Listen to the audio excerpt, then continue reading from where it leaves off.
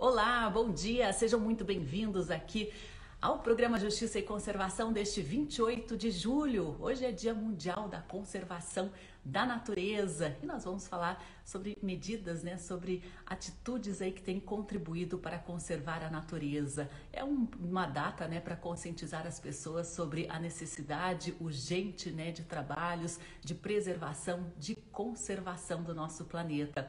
E nesta quarta-feira aqui nós vamos receber a Fernanda Abra, ela que é bióloga, pesquisadora, consultora, mestre em ecologia e um dos grandes nomes nacionais e mundiais da conservação. A Fernanda Abra tem dedicado a sua vida à ecologia das estradas, já há 10 anos atua nesse segmento e desenvolveu uma pesquisa inovadora no país sobre avaliação de medidas para reduzir atropelamentos de fauna silvestre. E com esse trabalho ganhou prêmios internacionais, inclusive o prêmio Future for Nature de 2019, um dos prêmios de meio ambiente mais importantes do mundo.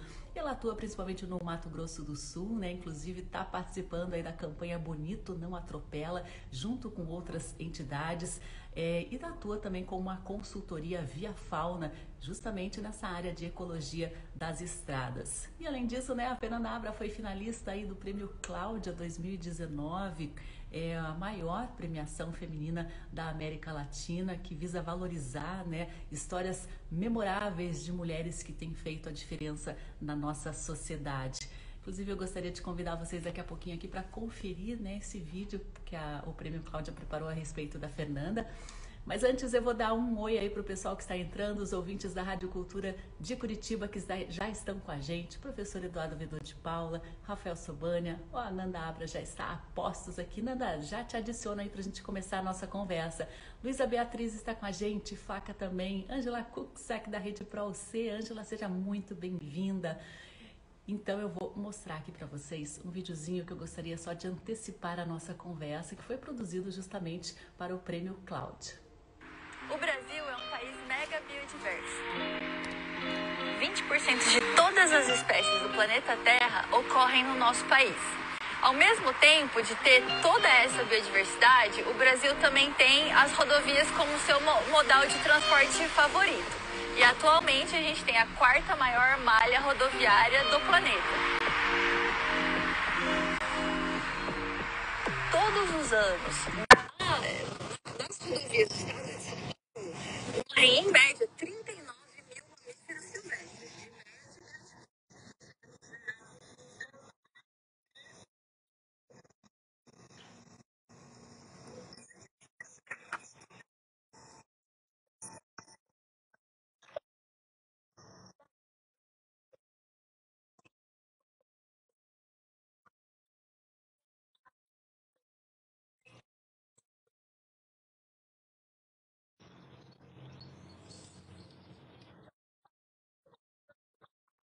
Falhou um pouquinho o som aí, pessoal? O aplicativo Instagram, às vezes ele permite a gente adicionar vídeos aqui, fotos também, mas às vezes ele dá alguns problemas técnicos aí, não tem problema. Eu vou chamar aqui a Fernanda Abra para já começar a conversa com a gente. Mas já estabelece a conexão. Falhou um pouquinho o som, Esse aplicativo ele é um pouco intermitente, às vezes ele funciona, eu consigo colocar alguns vídeos, às vezes não. Bom dia, Fernanda Abra, muito bem-vinda. Olá, bom dia, tudo bem?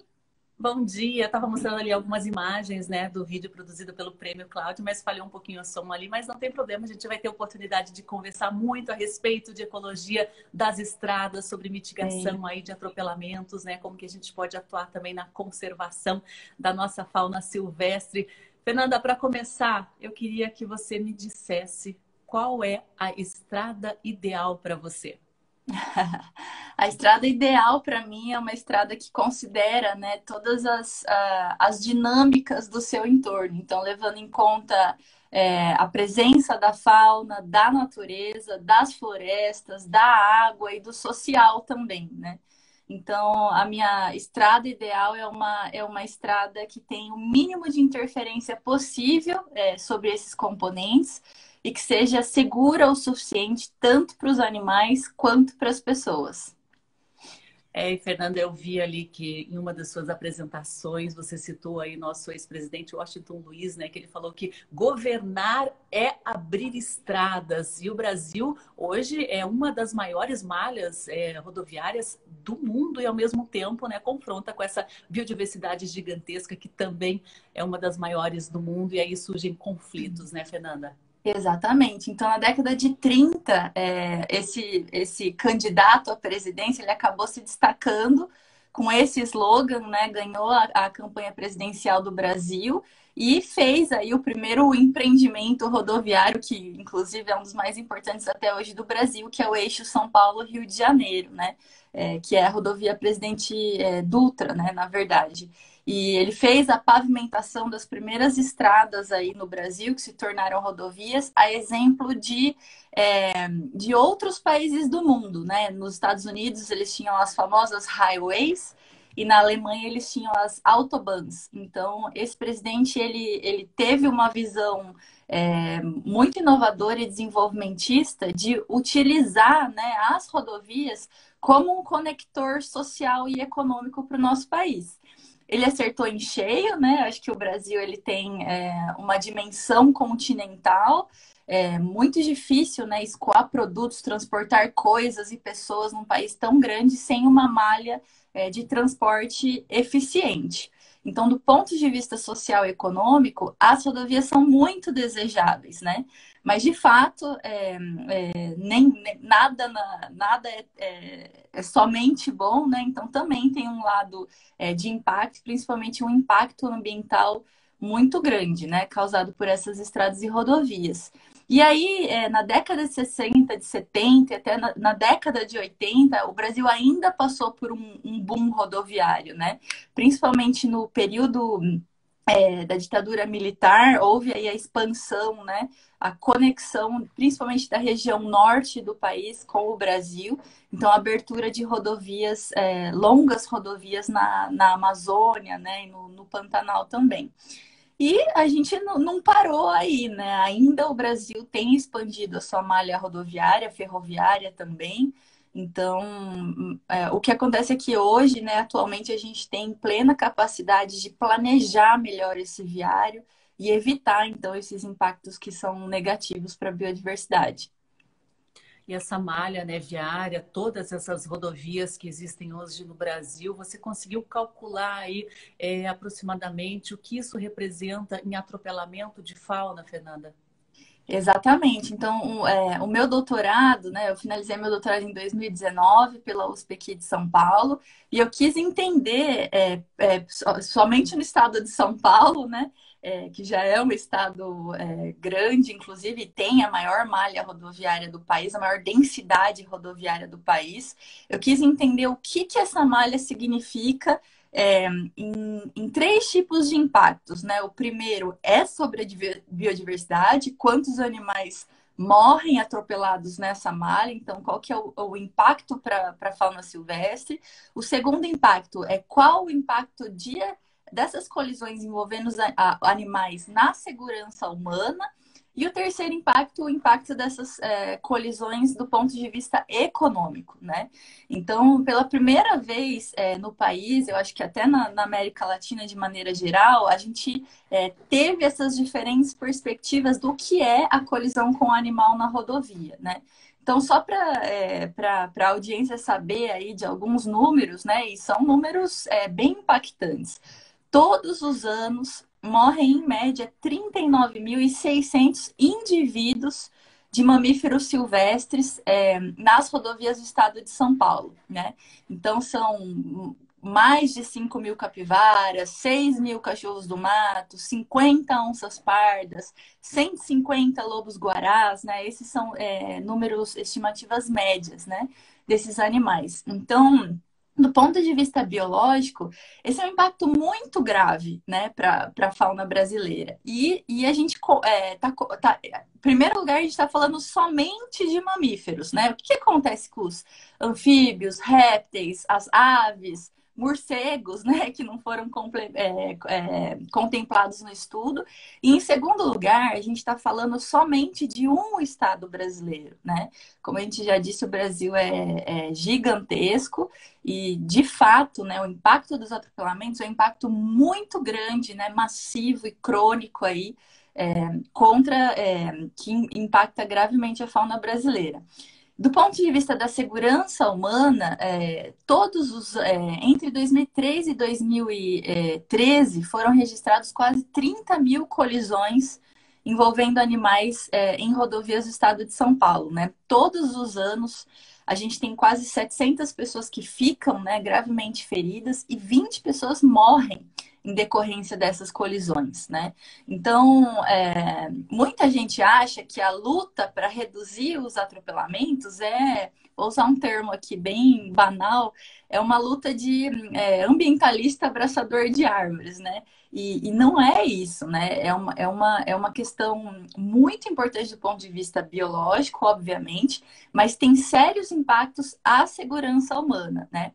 E aí o que é interessante é que o objetivo primeiro, né, da administração de uma rodovia é transportar pessoas e coisas em segurança. A partir do momento que um projeto rodoviário não contempla a entrada, né, essa dinâmica com a fauna, isso é muito grave, né, do ponto de vista da segurança operacional e da segurança de tráfego. Então, rodovias que contenham medidas de mitigação para reduzir atropelamentos de fauna são diretamente, né, relacionados aí a rodovias mais seguras para as pessoas, que somos nós, né, que usamos todos os dias esse tipo de empreendimento. E, finalmente, e não menos importante, os impactos econômicos, né? Então, imagine só que atropelar um veado, uma anta, um tamanduá-bandeira é um acidente grave, né? Ele tem proporções maiores, né? Então, obviamente, é necessário recursos humanos, retirar um carro da pista, recolher uma carga, né, que foi derramada na pista, atender pessoas, levá-las ao hospital, dar atendimento pré-hospitalar, hospitalar, pós-hospitalar, traumático e etc., custa dinheiro. E aí, a valoração que a gente fez de todos esses acidentes no estado de São Paulo custa anualmente à sociedade paulista 56 milhões de reais. Então, eu acho que esse é uma oneração que a gente tem do Estado, que poderia ser reduzida, e, obviamente, esses recursos serem repassados a outras prioridades que a gente tem na nossa sociedade, né? Os números são muito impressionantes, né? Tanto de atropelamentos quanto do prejuízo que toda essa rede causa, né? Queria fazer uma pergunta para você a respeito, né, do seu trabalho, mas antes eu vou dar um alô aqui do pessoal que está participando. Felipe Silveira está te dando um bom dia aí, Nanda. A Lucrécia também, né? Está dando os parabéns. A Fabiana Rocha também, parabéns, Fernanda. Pessoal, vocês podem participar aqui também com perguntas e comentários. Eu vou repassando aqui, né, para Fernanda Abra, conforme a gente estiver no contexto. Inclusive, teve aqui o Rafael que comentou, né, que anfíbios também são sempre negligenciados em rodovias, né? Sei que algumas até cuidam, mas ainda minorias. São diversas espécies minúsculas e espécies gigantescas também que são impactadas. E pelo número que você trouxe, né, acho que o atropelamento nas rodovias brasileiras funciona mais ou menos como um ralo aí de extinção, né, de morte de diversos tipos de animais, né, Fernanda? De fato, então a fauna ela já é impactada de diversas formas, né, no nosso país. Então a gente tem o que a gente chama de impactos indiretos, né, que seria perda de hábitat, fragmentação, né, que quando a gente faz esse tipo de coisa os bichos não morrem, né, na hora, né, não são diretamente afetados, mas é um impacto muito grave. E dos impactos diretos, a gente tem, por exemplo, a caça furtiva, caça por retaliação, caça por troféu, né? Tem gente que faz isso ainda, em pleno 2021. A gente tem o fogo, né? Que é um impacto direto. Exemplo disso é o que aconteceu ano passado no Pantanal e espero que não aconteça nas mesmas proporções esse ano, né? E o tráfico, né? Certamente, pessoas retirando animais da natureza para tráfico, para pet, etc. E o atropelamento. Acontece que a diferença entre esses impactos é que a maioria dos impactos diretos, eles são o que a gente chama de espécie seletivo, né? Então, a caça por troféu, por exemplo. Um caçador que quer um troféu, ele não caçaria, por exemplo, deixa eu ver aqui. Um esquilo, né? Um esquilinho brasileiro. Ele quer caçar uma onça pintada, onça parda, né? Esses grandes animais. Então, a pressão desses impactos, ela é seletiva para algumas espécies. E isso não acontece, por exemplo, para outros impactos como o fogo e os atropelamentos, né? Dos atropelamentos, todos os bichos que cruzam, né, ou tentam cruzar as rodovias, eles estão suscetíveis aos atropelamentos, né?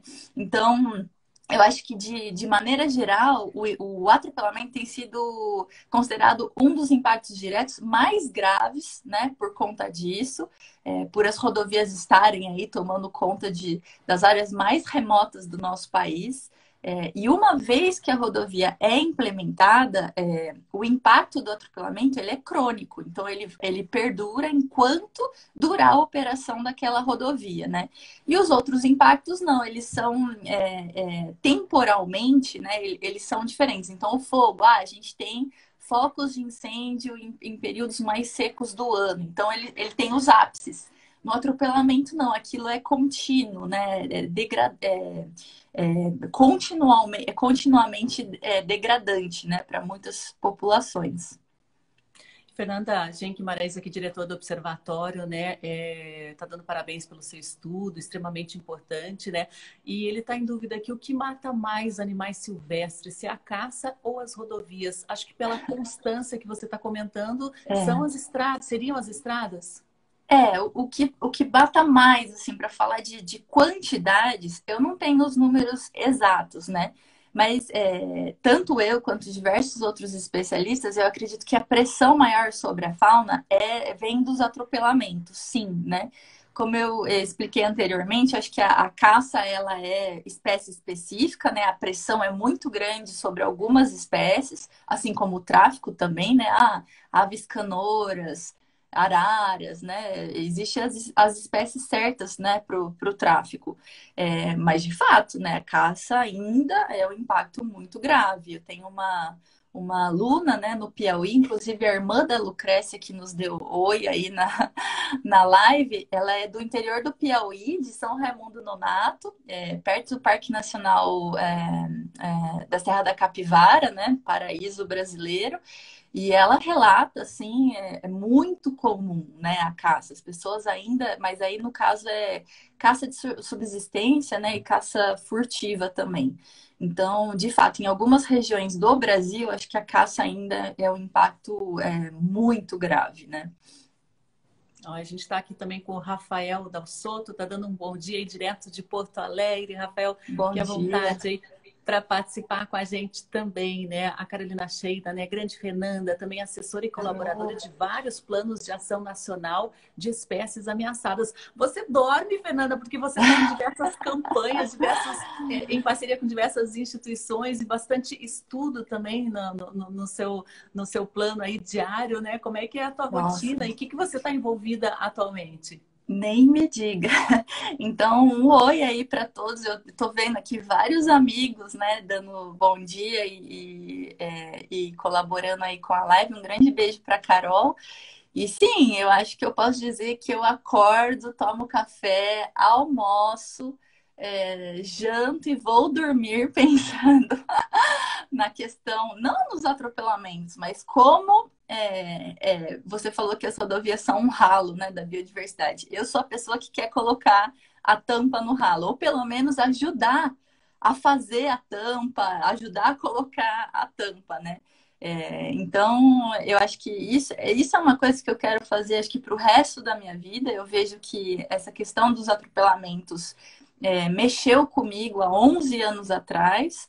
E eu sinto assim um prazer muito grande em trabalhar com esse assunto, né? O prazer no sentido de que não que eu goste, né, do que aconteça, mas eu vejo que eu de fato posso contribuir, né, tanto na pesquisa quanto na consultoria ambiental, para a gente tentar fazer a diferença nesse sentido, né?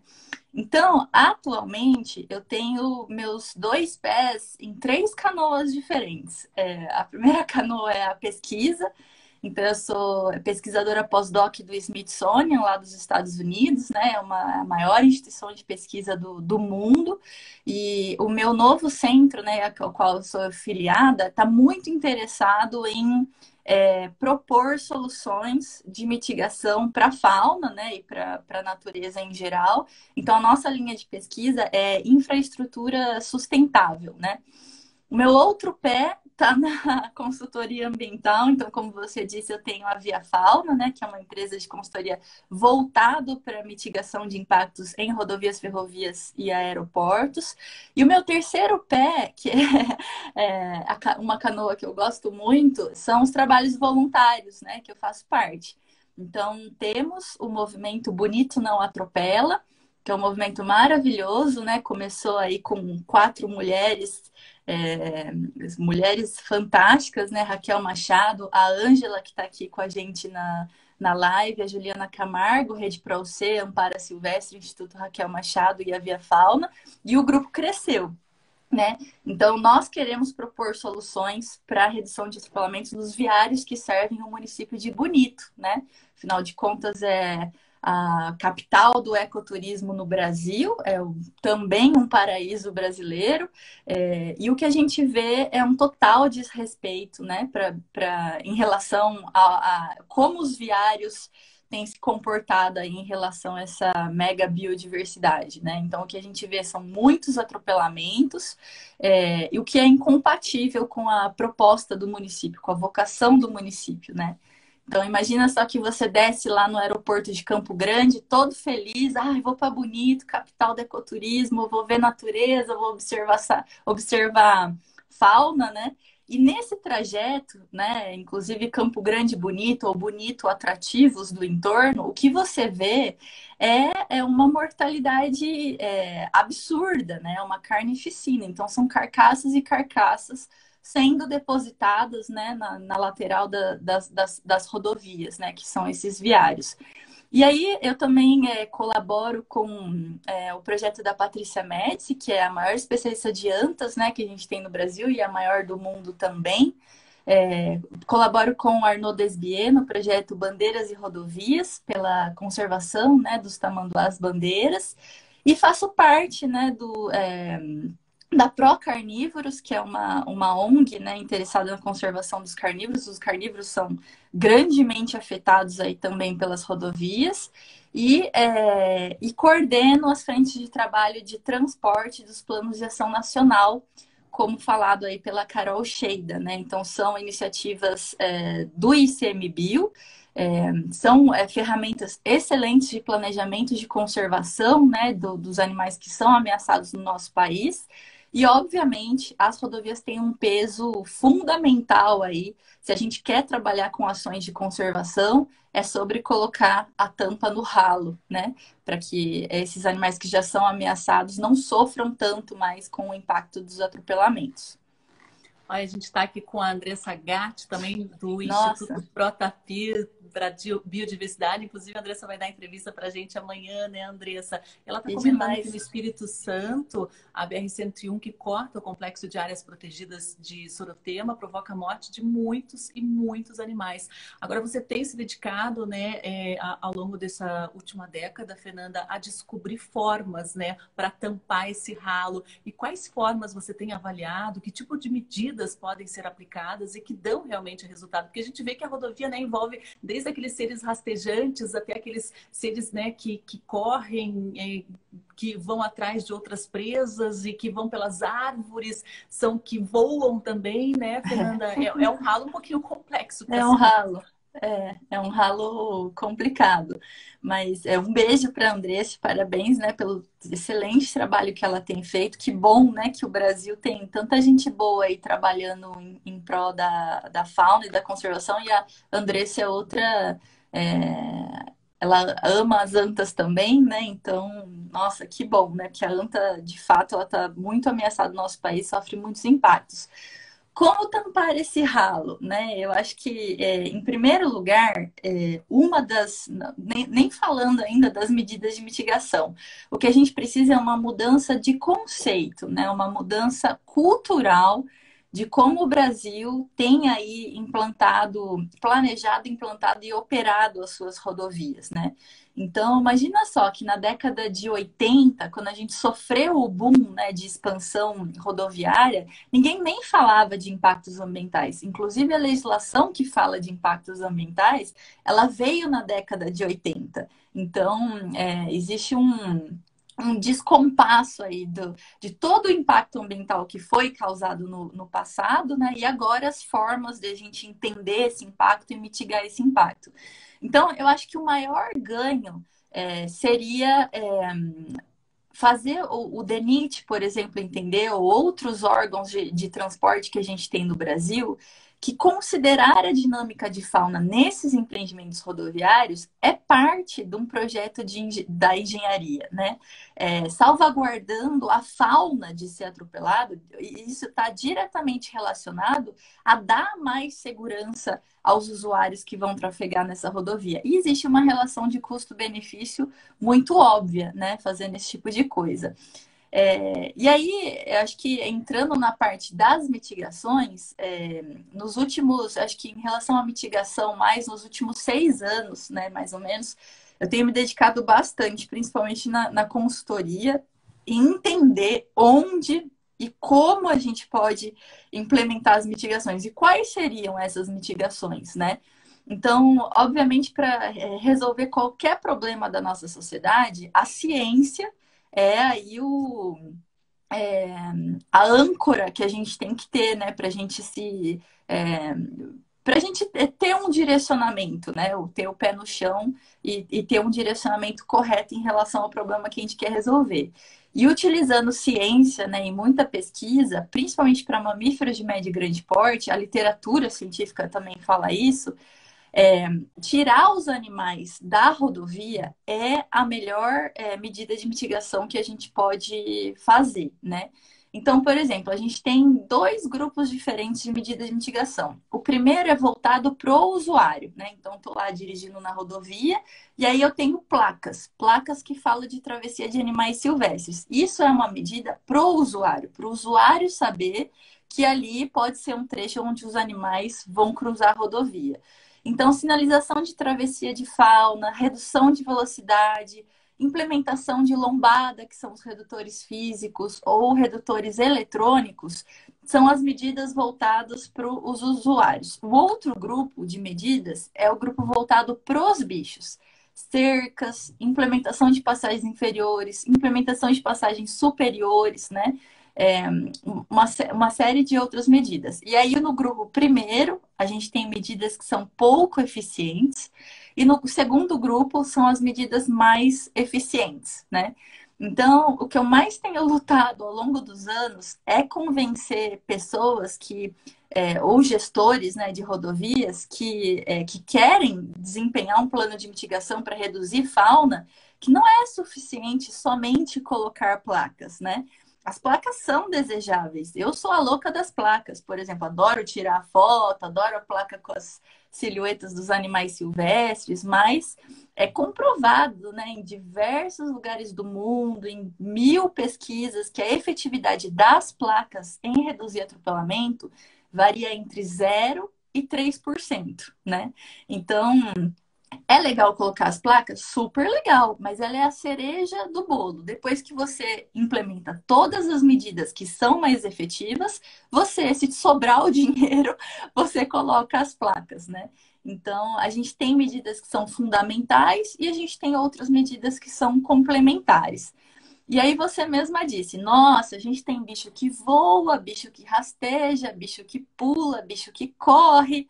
É, então, assim, felizmente, o Brasil é mega biodiverso e essa é a maior riqueza que a gente tem no nosso país, né? Então, como planejar o design dessas medidas de mitigação, dado que a gente tem uma abundância gigantesca, né, de animais com diferentes comportamentos?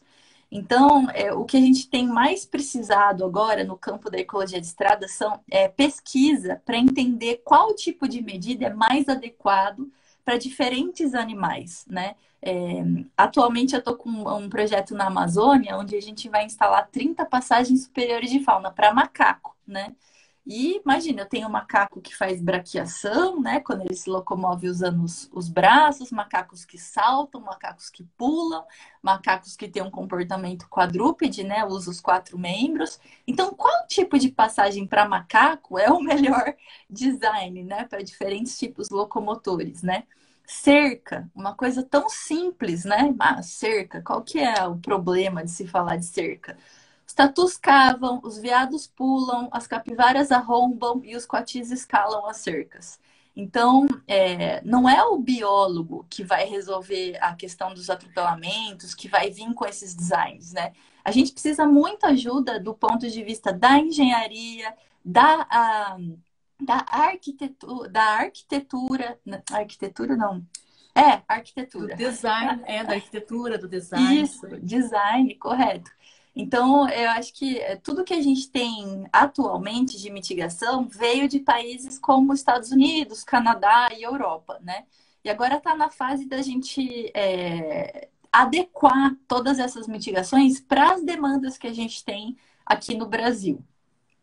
E para toda essa bicharada diferente que a gente tem. Olha, Eli Lima está com a gente aqui. Parabéns, Fernanda, uma referência numa área tão importante. Tento me inspirar e contribuir em estudos nas rodovias no interior da Paraíba. Muito legal. O Rafael falou, inclusive, que as nossas autoridades precisam receber esses dados, né, referentes a prejuízos com acidentes também, que isso vai impactar também em decisões futuras. Obrigada, Rafael.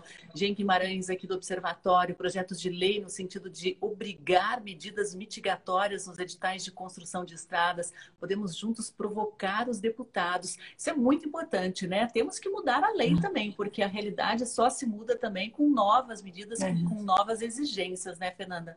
Sim, correto.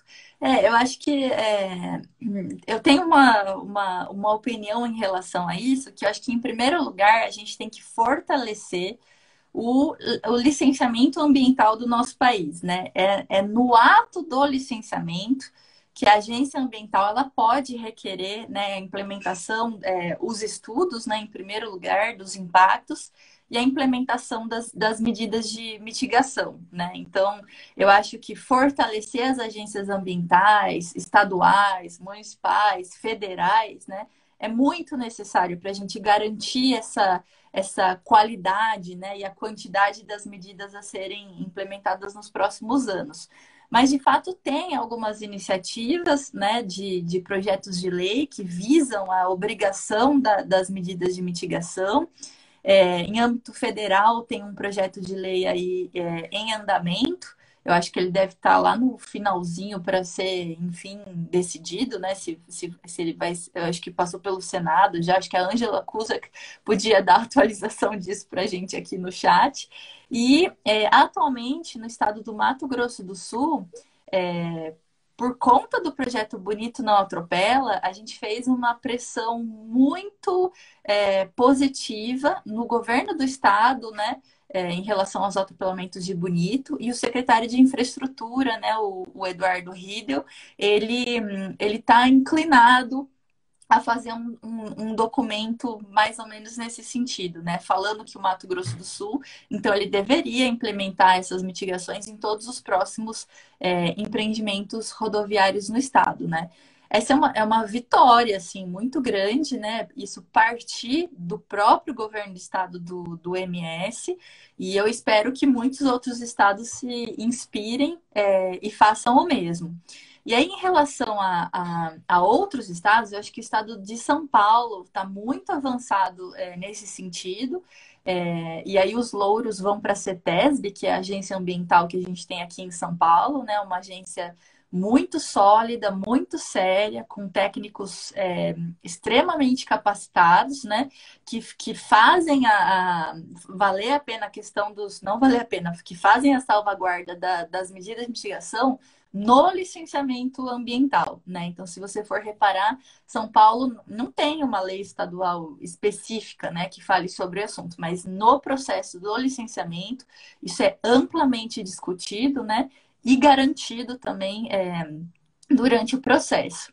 E a coisa mais, eu acho que nova que a gente tem em São Paulo é que uma decisão de diretoria da própria CETESB em 2018, ela obriga, né, gestores rodoviários a fazer um encaminhamento de carcaças para aproveitamento científico, por exemplo, né? Então, e dar o socorro a animais feridos também. Então, acho que esse foi um passo muito importante que a gente deu em São Paulo, porque também diz respeito à ética, né? Então, assim, quão aceitável é você saber que tem uma anta agonizando na rodovia 20 horas, né, depois de uma colisão, o que já aconteceu muitas vezes, né, no estado do Mato Grosso do Sul. Então, do ponto de vista ético, do ponto de vista moral, isso é muito complicado, né? Eu, como pessoa, eu acho isso inaceitável, não é mesmo? Então, esse foi o passo importante que o estado de São Paulo deu para melhorar o gerenciamento e o manejo de fauna nas rodovias do estado. Que bom, né? Que ótima notícia, né? Parcerias são tudo também neste momento. O Sim. pessoal do OneSolve aqui, sorte a nossa ter a fé em nosso país para defender todas essas causas, né? A Ângela Cuxa Beijo, está Felipe. com a gente aqui, né? Dizendo bonito não atropela, vem aí para mudar a realidade da região e servir de modelo para outros lugares do Brasil. Muito legal. A Dilson está com a gente aqui. Bom dia, Dilson. Murilo Miléo, lá de São Luís do Purunã, está dando bom dia aqui. Obrigada, Murilo. Seja sempre bem-vindo. O pessoal da Praia Surf Aruana também está com a gente aqui. E temos mais algumas observações aqui da Ângela Cuxa que eu gostaria de repassar. Ela comenta que temos o PL 466 de 2015 em tramitação, embora aquém da necessidade ainda está no plenário da Câmara. E Rafael ainda complementa, né, mudar na raiz do licenciamento, é fortalecer, né, o licenciamento e não enfraquecer, como a gente tem visto uma onda, que no Paraná a gente está com um problema em relação ao enfraquecimento do licenciamento ambiental. Você está falando de São Paulo ou de Mato Grosso do Sul? De São Paulo. De São Paulo. Bacana. E você tem observado aí algumas medidas que já foram instaladas, como esses túneis, né, de passagem aérea, os viadutos de passagem aérea, os túneis para animais que caminham mais baixo, né? O que você tem visto aí de resultado, de pontos positivos, né, Fernanda, nessas medidas que já foram instaladas e estão sendo acompanhadas? Sim, legal. Então, a Viafauna ela tem contrato, né, vários trabalhos sendo realizados com muitas concessionárias, né? Principalmente de São Paulo, mas em outros estados também. E desde 2016, a gente trabalha com uma concessionária específica aqui do interior do estado de São Paulo, que gerencia um pouco mais de 400 quilômetros, né, do estado, mas na área oeste do estado de São Paulo. E a gente fez a recomendação das medidas de mitigação, elas foram implementadas, estamos monitorando, né? E se tudo correr bem, até esse ano a gente ainda consegue publicar um artigo, né? Um trabalho falando sobre a eficiência desse sistema. Mas eu posso adiantar que o sistema ele funcionou muito bem, né? Então é um sistema de passagens inferiores, complementado com cercamentos longos, né? Então o objetivo da cerca é barrar a entrada do animal para ele não entrar na rodovia. E a segunda coisa é encaminhar o animal até essas passagens inferiores, né? Para que ele atravesse a rodovia por baixo em segurança. Então, juntas, essas medidas reduziram em até 90% o atropelamento de médios e grandes mamíferos em alguns trechos, né? Então, foi um resultado excepcional, né? A gente está muito feliz com o resultado desse sistema de mitigação. Né? Em breve vocês vão poder ler esse trabalho na íntegra. E o resultado, né, além da questão estatística, significa que a gente salvou muitos bichos, né, de serem mortos por atropelamento. Então, implementar essas medidas está diretamente relacionado em salvar indivíduos, né? De uma morte pavorosa aí, que é a morte por atropelamento numa rodovia, né?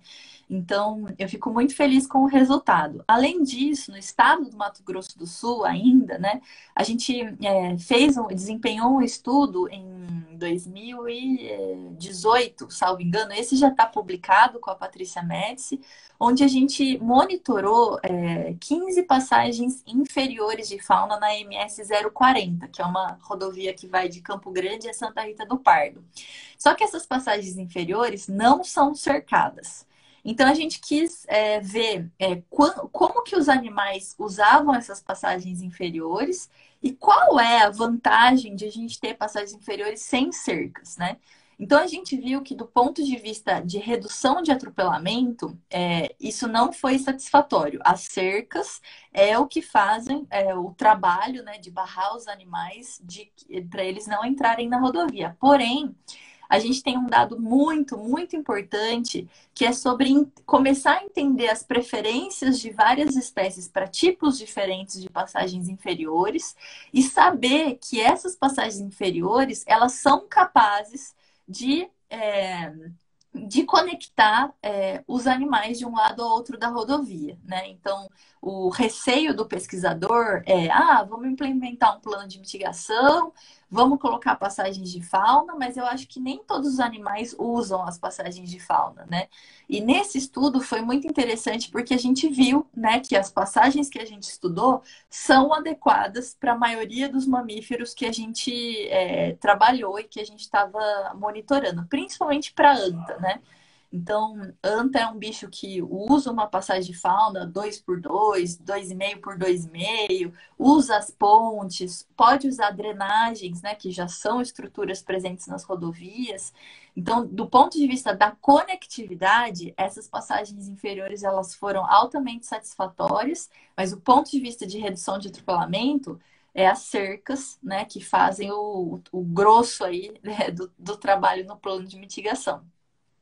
E, Fernanda, vamos voltar um pouquinho no tempo aí. Você tem desenvolvido ao longo da última década trabalhos tão importantes, tão fundamentais e, ao mesmo tempo, tão urgentes, né? Que poucas pessoas haviam se dedicado a abraçar essa causa. Mas o que te levou a esse caminho, justamente, de lidar com o atropelamento, a abraçar realmente essa luta?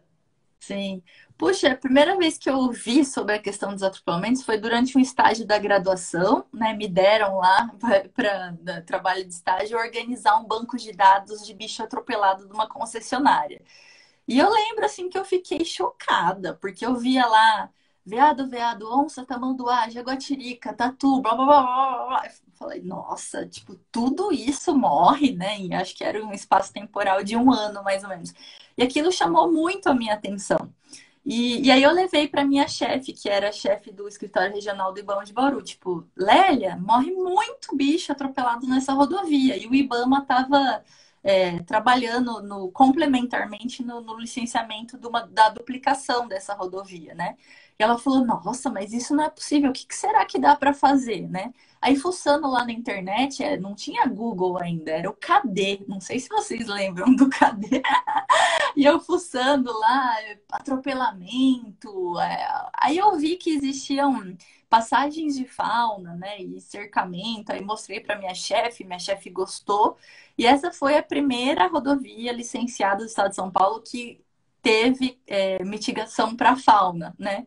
E aí, só que a gente recomendou coisas no escuro, né? Minha chefe, nossa, super legal, encabeçou o problema, tomou para ela, né? Requereu lá nas manifestações do IBAMA a implementação dessas medidas, e a gente não sabia muita coisa, né? E aí o meu mestrado foi monitorar esse primeiro sistema que a gente teve no estado de São Paulo, né? E até então eu sabia que o impacto de atropelamento era muito grande, aquilo tinha me chamado muita atenção, morre muito bicho. Só que quando eu comecei o meu mestrado, que foi monitorar as passagens de fauna dessa rodovia, eu tive um sentimento muito diferente. Então, com atropelamento, aquilo me chocou. E quando eu comecei a monitorar as passagens, meu coração ficou cheio de esperança, porque as primeiras imagens que eu vi dos bichos passando nas passagens de fauna embaixo da rodovia em segurança, aquilo me chamou muita atenção porque, de fato, existe uma solução. Para todo problema existe uma solução, né?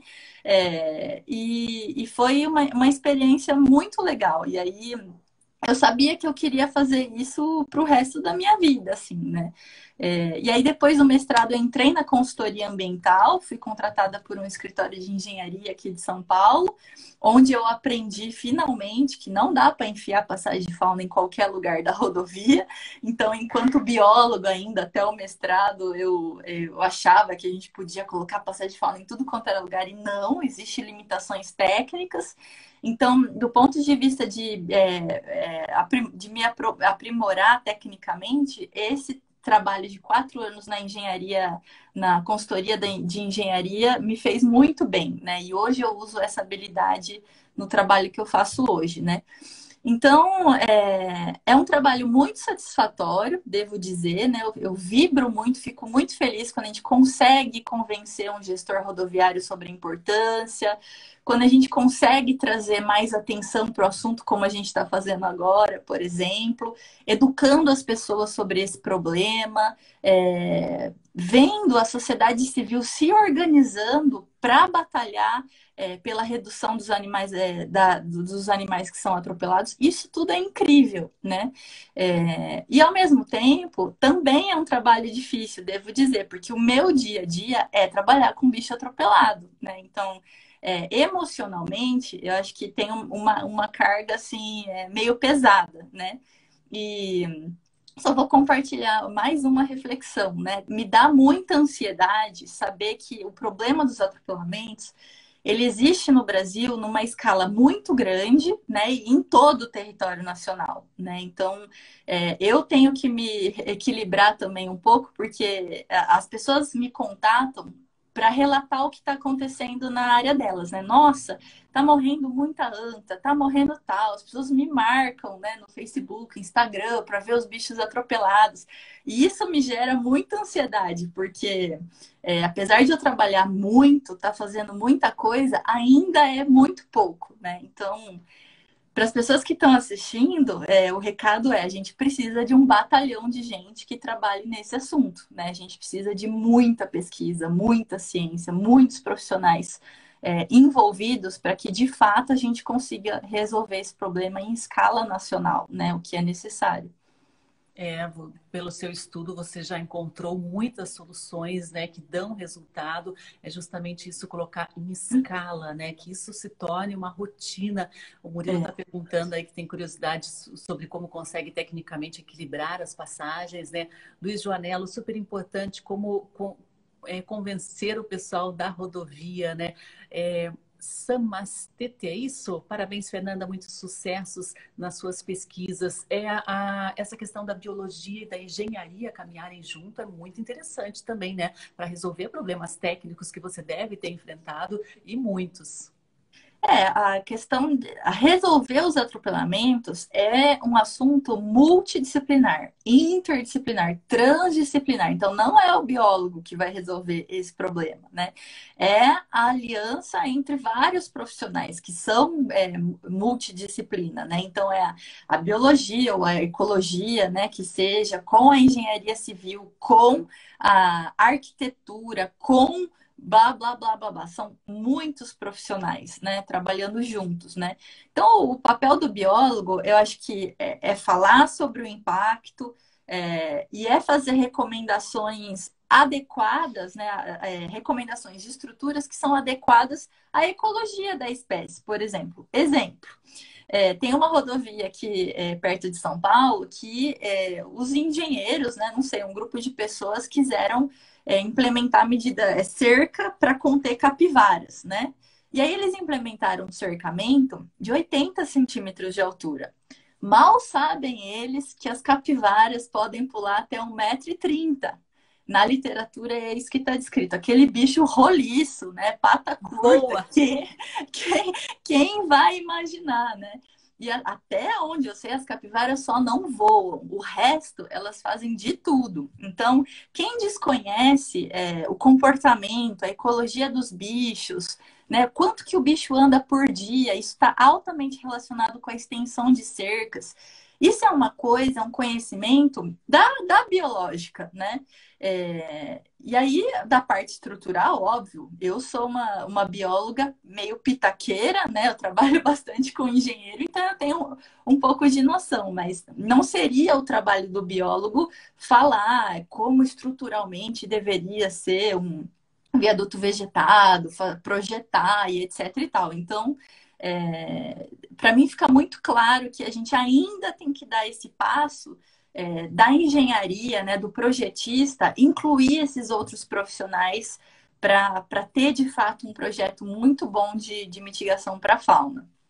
Ó, a Mari aí já conseguimos engajar mais uma soldada. A Mari está perguntando para quem está na graduação por onde deve começar com essa questão dos atropelamentos. E a Ângela Cook está pedindo também para a gente finalizar depois aqui, Fernanda, para falar um pouquinho mais sobre o Bonito Não Atropela, união, né, de esforços nas medidas de mitigação, de comunicação e advocacy também. Vamos começar aí dando a dica para o pessoal que gostou da causa e quer atuar? Sim, para quem está na graduação, se você realmente se interessa pelo assunto, leia muito, né, o que já está publicado e veja quais são as lacunas de conhecimento, né? Faça seu TCC sobre esse assunto, pense num projeto de pesquisa para o mestrado, né, em relação a esse assunto, faça estágio, né, em concessionárias de rodovia. Existe uma série de coisas, né, que a gente pode fazer, mas o que eu sinto um pouco de falta do estudante de hoje é leitura, né? A pessoa se debruçar e ver o que já está publicado, o conhecimento que existe e ainda o que falta, né? Então, eu recomendo ela isso, fazer uma pesquisa grande, ler bastante, né? Porque lendo que a gente tem ideias, nossa, eu poderia fazer isso, eu poderia fazer aquilo, né? E fazer estágios, né? Eu acho que isso é fundamental. E aí vamos falar sim sobre o Bonito Não Atropela. Então, como eu falei inicialmente, é um projeto que nasceu da Raquel Machado, que tem o Instituto Raquel Machado, porque ela é uma bonitense, né? Ela tem uma propriedade no município. E ela se escandalizou, né, com o número de carcaças que ela via frequentemente nos viários do município, né? E aí a Ângela, eu não sei bem a ordem, aí a Ângela me corrija, contactou a Ângela, que me contactou, e depois veio a Gil Camargo, né, da Ampara. Então, inicialmente eram 4 instituições, femininas, inclusive, que deu à luz aí a esse projeto maravilhoso, né? O objetivo do projeto é reduzir o atropelamento de fauna em 4 viários, né, que servem ao município de Bonito. Além de outros objetivos, como influenciar o governo do estado, sensibilizar as pessoas, a população, né? Existe, então, 3 frentes de trabalho muito importantes. A de comunicação, e essa é uma área bem mais da Ju, da Ângela e da Raquel, né? A Ampara faz muito bem esse trabalho de comunicação, que é mostrar, galera, é isso aqui, ó, os bichos estão morrendo, são essas espécies, as pessoas precisam saber disso, né? Então, fazer todo esse trabalho de sensibilização e comunicação. O Maurício também, que é excelente do grupo da Ampara, que tem liderado também esse assunto. A parte do advocacy, né, que é bem a parte da Ângela mesmo, que é fazer essa influência para influenciar decisões em relação ao problema que a gente está expondo, né? Então, felizmente, a gente teve já algumas reuniões com o governo do estado, com a GESUL, que é a agência de transporte, né? Com o Ministério Público. Então, colocando todos esses stakeholders, né, que a gente chama, essas pessoas que fazem parte, né, do problema ou da resolução do problema, para entender o problema, para conversar e para tomar uma decisão. E finalmente tem a parte técnica, que é um pouco mais a função da Via Fauna no projeto, mas com a colaboração de todos, né? Que é saber onde os bichos estão sendo atropelados, como é a paisagem, né, desses viários de Bonito e propor as medidas de mitigação que são mais adequadas. E nesse sentido, a gente ganhou carta branca do Eduardo Riedel, que é secretário de Infraestrutura do Mato Grosso do Sul, a entregar um plano de mitigação com a garantia que ele será implementado, né? Então foi uma vitória assim maravilhosa, né? Então em breve a gente está entregando para eles esse plano de mitigação. Vão ser instaladas passagens para macaco, passagens superiores, cercamento, drenagens e pontes vão ser adequadas, né, para passagem de fauna. Vai ter placa, vai ter lombada, vai ter uma série de coisas, né? Então, eu acho que e esse projeto, acho que ele funciona muito bem como uma vitrine, né? Afinal de contas, bonito, tem todo aquele status, né? Da capital do ecoturismo, natureza, blá blá blá. Então, eu acho que as cidades do entorno, outros municípios, né, que têm a mesma vocação semelhante a Bonito, vão poder fazer a mesma coisa. Nossa, tendo um modelo, né, já executado, que funcionou, que apresentou resultados, né, para todo o Brasil, isso pode ser adaptado e implementado, né? Olha só, a Rom Paulino, acho que é isso, que alegria saber disso. Roberta. Roberta Paulino, esses arrobas aí, às vezes o nome fica É, difícil. Que alegria saber disso. Parabéns pelo trabalho maravilhoso e tão importante, a Ângela. Lindeza de projeto, super orgulho dessa mulherada. E sim. prêmios, né? Você já conquistou alguns prêmios bem importantes internacionais. Acho que é apenas, como você disse ali, uma cereja do bolo, né? É apenas um reconhecimento de um trabalho muito árduo, né? Porque quantos animais, inclusive ameaçados de extinção, né? Você segurou no colo, agonizando e sofreu por não ter, né, conseguido implementar antes, né, Fernanda? Mas uma premiação é sempre boa, né? Nossa, com certeza. Eu acho que eu fui meio obrigada a participar dessa aplicação para o Future for Nature. Eu desconhecia totalmente a fundação e a premiação, né? E a própria Patrícia Médici falou: não, você tem que aplicar. Eu acho que se você não aplicar, você não vai saber. A gente tem que tentar, né? E o Brasil carece um pouco dessas. A nova geração que a gente tem no Brasil, né, dos profissionais da conservação, em primeiro lugar, são poucos, né? E a gente precisa dar uma bombada, né? Não, tem uma onda grande aí de novos conservacionistas vindo, né? Então, essa era a ideia. Eu apliquei, mas sem a menor pretensão que eu fosse ganhar. Tipo, né? Vamos fazer aí e beleza. E aí eu estava numa disciplina lá da USP e recebi no meu e-mail que eu tinha passado por uma segunda fase. Então foram 130 pessoas ao redor do mundo, né, que aplicaram para essa premiação. Eu nem sabia, né, que era tão concorrido. Aí eu passei para a segunda fase, onde ficavam só 10 pessoas. Falei, rapaz, nossa, agora ficaram 10. Acho que eu tenho alguma chance. Aí eu comecei a levar muito a sério, né? Eu tinha que fazer um vídeo, falar um pouco mais sobre as coisas que eu tinha feito.